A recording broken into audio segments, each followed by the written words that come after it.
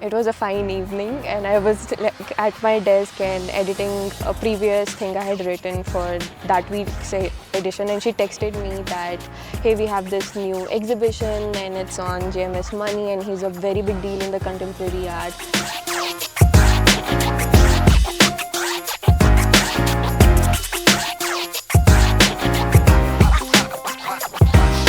Hi, welcome to this conversation that we are going to have with two of our wonderful creative writing students from the first batch of MA in English creative writing, and they've just returned from finishing their internship and they're about to go for the holidays again after their exam. So we thought we'll catch them here for a while in this pleasant afternoon.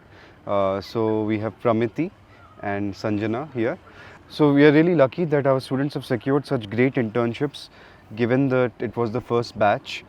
We must remember that this is a one-of-a-kind program in the city of Bangalore for sure, if not in India. And we were really happy that you could go to these different places. Pramiti, you in the Express, and Sanjana in the National Gallery of Modern Art. Which are such, renowned places in their own right, whether in journalism and the field of art. And sort of what brings them together, I think, is the fact that both of them are so steeped in the world of culture, right? And they define it so strongly.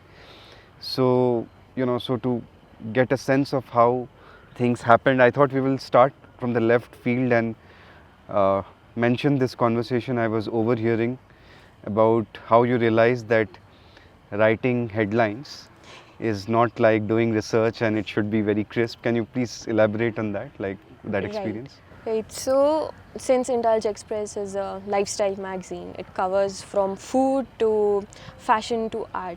So it's very poppy, very fun, and it's supposed to be very creative. But I, as a person and as a creative writer, was so used to the academic way of doing. Like, you also mentioned in the class that when you are writing for the public, like, it's supposed to be not very hardcore on academic jargons or words, and that was what I struggled with. Like, this was a constant feedback from both the sub editor and the senior editor, that make it simple and don't be too wordy with it, like make it crisp, precise and fun. And as the months went on, I realized I was making it more complex in my head by like trying to make it very interesting and something which like people will be interested in. But I realized over time that people are interested in the most simple thing, the most simple and easy explanation you can give about an event, that yeah, this is an event about so and so thing and this is what you're gonna get. And just like the strapline, the headline is in your article already, you just have to find it. And that was something like an enlightenment, and I got a few really good straplines that they did not have to edit.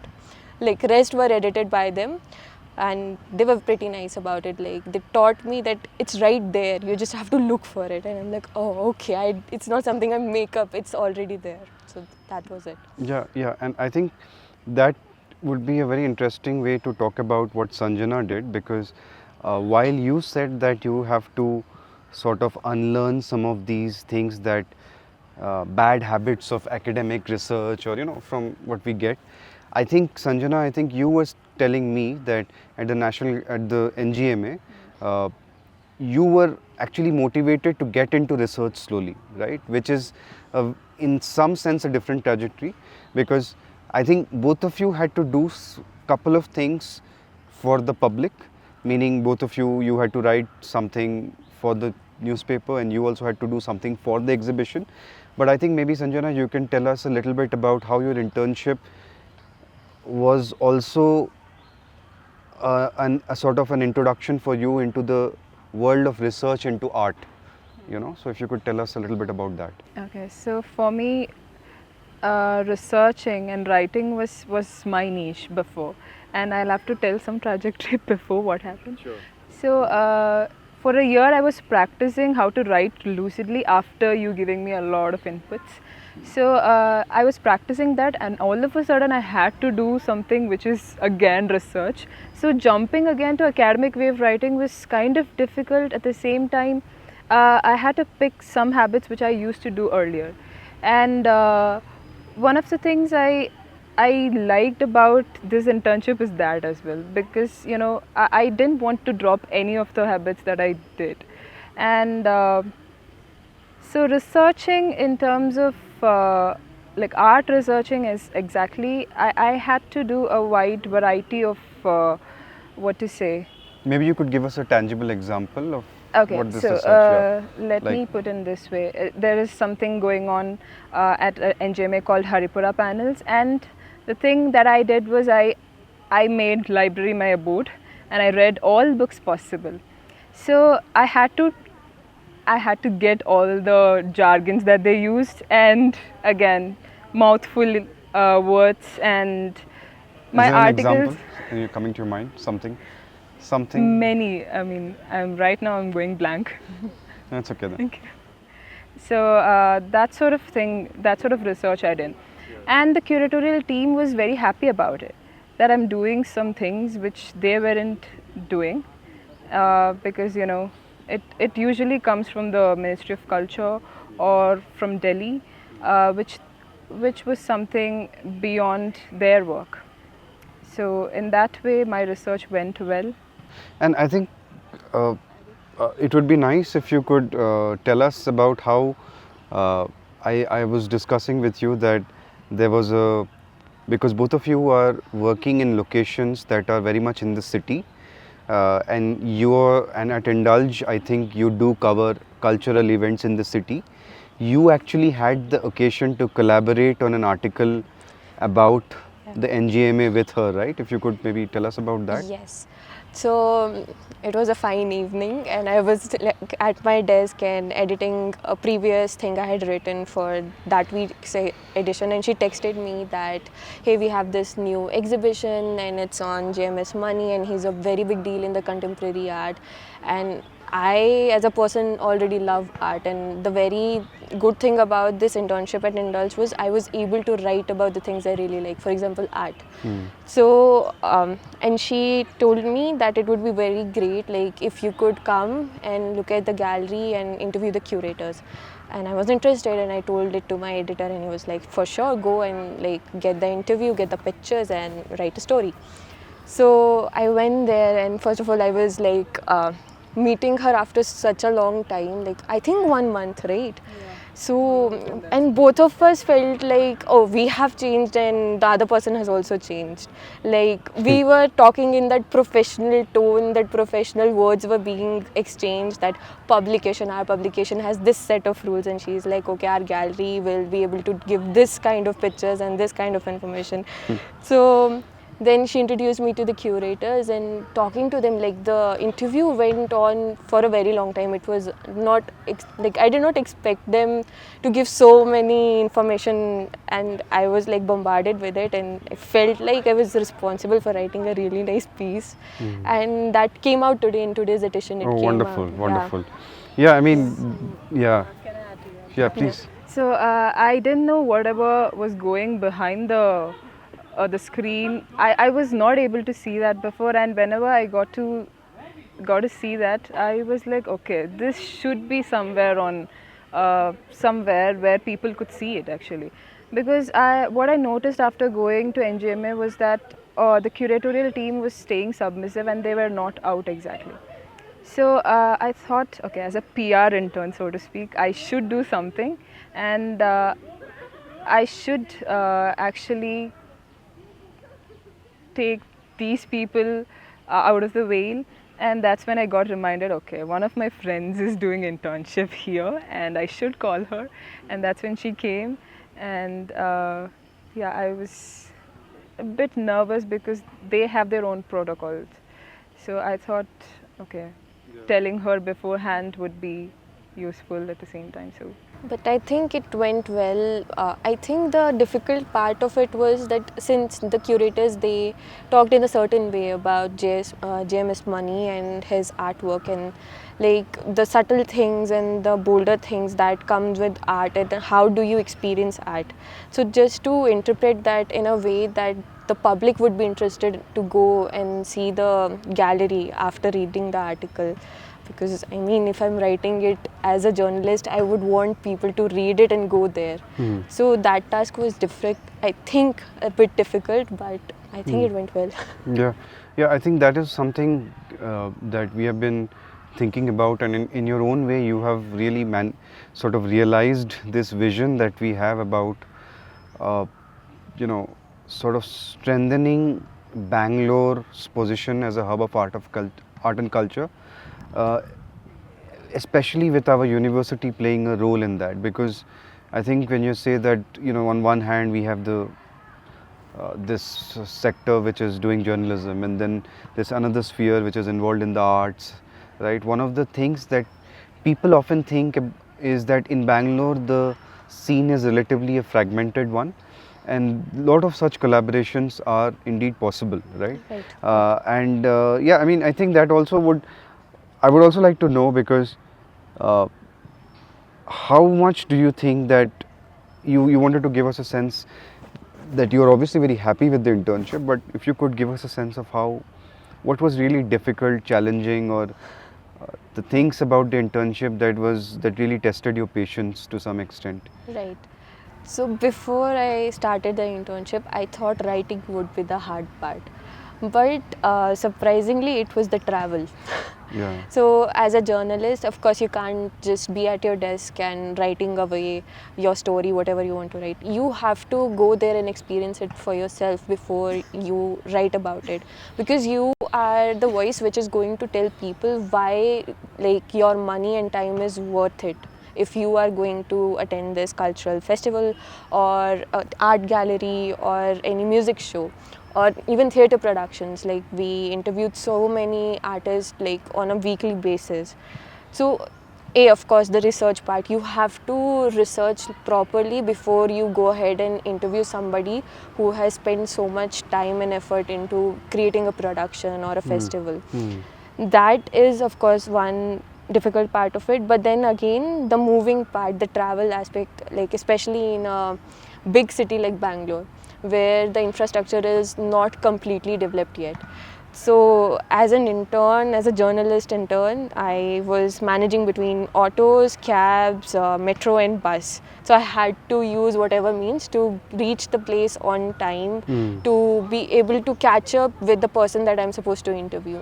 Sometimes I would just manage a phone call interview while I'm in the bus, and then going later on and transcribing it and then editing everything and writing a new story out of it. So that time management, that, like, I am already tired because I left the house at 11 in the morning, and then I had to go to this one venue which is probably in Whitefield, and then I have to come back to Express Building, which is at the center of Bangalore in Queens Road, and then probably do a story about it and then go home. And sometimes I just go back home, but I'm too tired to write about it. So I have to get up early in the next morning to write about it, because I can't go to office without a story. Yeah. And for us, every Monday is the deadline. So whatever we have covered throughout the week, the story needs to be completed by Monday. Otherwise, it won't be taken up, because the production days will also be very hectic, and you can't just jump in with a new story on the last day. That will never happen. The designers need time. So that time management and just be willing to be committed to completing that one story. So that was very difficult, especially because I consider myself as an introvert who barely ever leaves the house. And now for 3 months straight, I was out of my house, out of my comfort zone, like, all the time. So that was very difficult, and I did not see that coming at all. Yeah. What about you, Sanjana? How was the pace at your workplace? Initially it was cool. The environment was friendly, and I was able to cope with that. But days later, it was very difficult, because whenever they had given me a task, It was either researching. So when it comes to researching, it means that you cannot find any source anywhere. So even libraries could not give me anything. So I had to do something related to that. So I had to serve things which was related to a particular field so that I can gain more perspectives, and then I could give something. And even in that, I couldn't ask them if there is any doubt that I had to clarify. I couldn't just nudge them because it was a strict space in some ways. So it was very difficult for me. Like, I cannot expect all to be my professors, right? So, so it was difficult in that way. I had to talk to people who came to NGMA and their perspectives. So The visitors, you mean? yeah, and people who are working there, like from the lowest to the highest end. So it was kind of difficult, but I think I managed it well. And what do you think, Pramiti? Like, do you think Indulge or places like Indulge uh, are they stuck? Because one of the complaints people have about such pages is that uh, they mostly focus on the usual suspects, meaning there would be some usual venues which they cover, or they know contacts to whom they owe some coverage. This is one criticism of the media world, right? Do you feel that places like Indulge are breaking out of that mold and looking at all the other possibilities of cultural expression which are happening in Bangalore and which need their support? Like, do you think that's happening, or do you feel that it's a certain circuit? Like, what is your sense like? So there are two layers to it. On the first layer, the overarching one, it would be that how you mentioned that thing does exist, like in other publications as well, and I think somewhere in Indulge also. But the second layer comes, it also depends on who is leading the team and I what see. kind of people are working within the team. Yeah. So my team, the team I worked with, the Bangalore team, is fairly young people. There's no one who is older than 35 except for the main resident editor. Yeah. Right. So they have a fresh take on everything, and I figured it out when I saw them discuss about what to take as the cover of the magazine. So I thought that by a rule of thumb, they might just pick the most famous person. Right, the most famous thing which is happening, and they'll just put it on the cover. But I saw them like really discussing about it in meeting, like why and what criteria to follow to make sure that this is what goes as the cover. Of course, fame is one, but then also looking at the discography of the person and what they have put out. Like if it's a musician, like for example, we did a cover with a Bangalore-based band, like the OG rock band. They came back to Bangalore like after a very long time. They came up with a concert, and they were like, because they are the ones who started rock in Bangalore, like which is the rock music which is originally made by these people and not just cover of like Western rock. So we owe it to them that they are on the cover page. So not just based on like fame. So I think that depends on the people, like more than, because those constraints, they will always exist, I think, in every field. It's how you handle it and how much pressure are you, or the pushback which you will get for those decisions, how much are you willing to take that and how much you can put up with. I think that's how it is. Yeah, maybe what we could end this conversation with is to sort of reflect on our program as a whole. Maybe Sanjana, you could tell us if the program was useful, I mean, at any level for you, and I mean, what more can we do to make it more and more relevant for for you guys being better prepared for such experiences? Because at least I know that for this internship you also had to go through some kind of a competitive process, right? So so we want our students to be best prepared so that they don't just get any internship, they get an opportunity as good as yours, right? Where you truly are getting genuine opportunities to exercise your creative potential, right? So, I mean, how do you think that the program has benefited you and how it could do better? Like, what are your thoughts, both of you? So let's start with you.